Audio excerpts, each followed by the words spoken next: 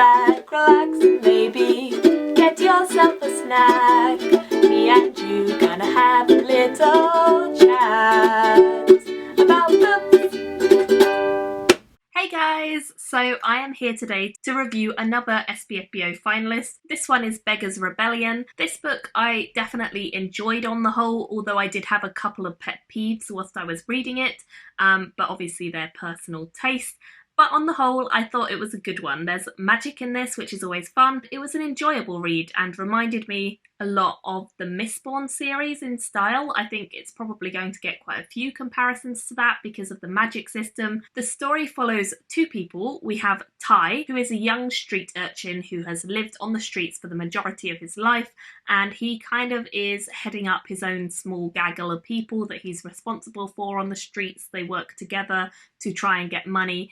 And he's kind of lived mostly a simple life since he went off the rails many years ago, and we get hints of his past throughout the story, but we don't learn too much about it until later on. Ty is very caring, and he's very much kind of devoted to his family, his street family. They may not be related to him by blood, but they have gone through so much together that they are essentially family, and he cares deeply for them and their well-being and safety. He also has an incredibly strong power, which in this world a lot of people have power, but most of them need to activate it using a special plant called Ura, and he does not need this Ura to activate his power within him. He can actually activate his own powers without Ura, and this is something he's kept very quiet because if people knew about it, they would want to know how he does it, and he doesn't really know. We also follow Ella, who is kind of like a clerk, and she is a light hair, which means she's from a very wealthy area of the Councilate. The Councilate is kind of this big government body who are trying to expand across this world and dominate various different cultures.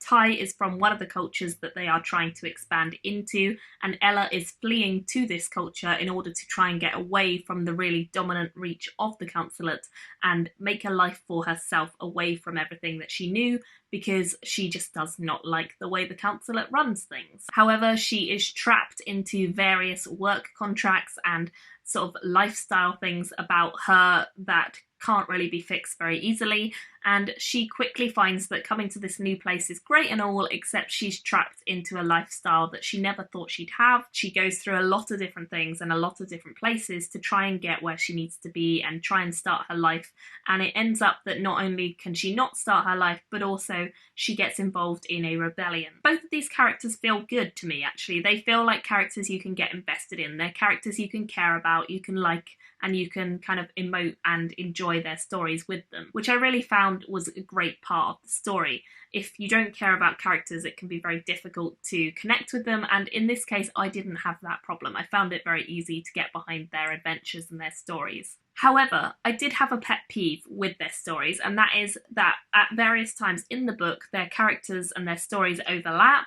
and the author decided to literally rewrite kind of almost a paragraph or two each time their stories overlapped so that you could see it from the other character's point of view.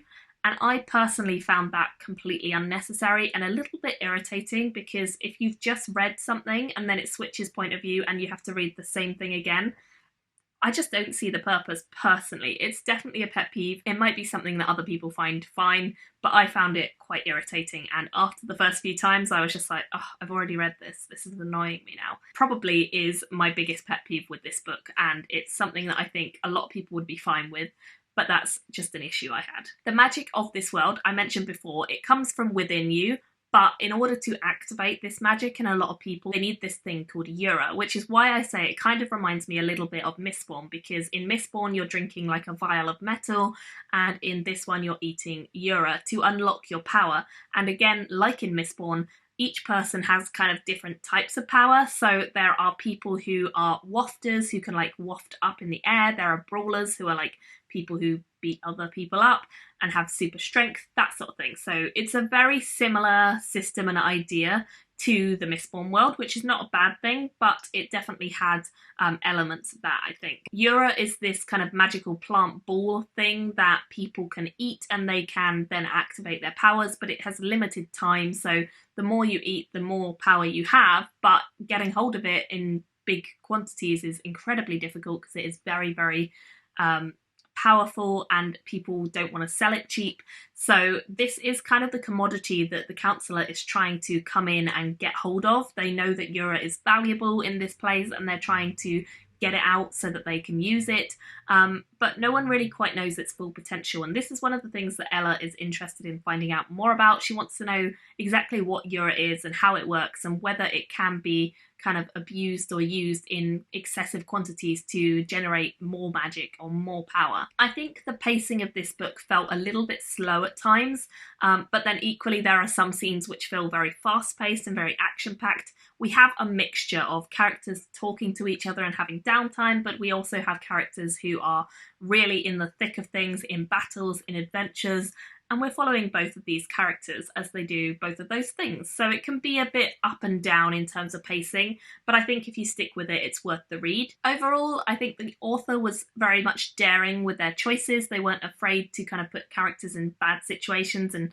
try and get them out of them, and I enjoyed it overall. I thought it was a fun read and one that I would definitely recommend a lot of people. So I ended up giving it a 3.5, which is 7 out of 10 for SPFBO, and I think a lot of you guys might really enjoy this. I also believe it's only the first book in a series, so I'm sure that as the series goes on, the books will get more and more intense with the overarching story of the councillor and whether or not they can fully invade into this place and what our characters end up doing to try and help or stop that.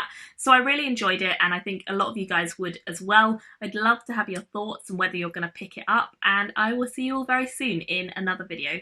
Bye guys!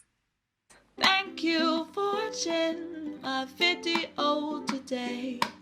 Go pick up a book, then come back and chat with me again.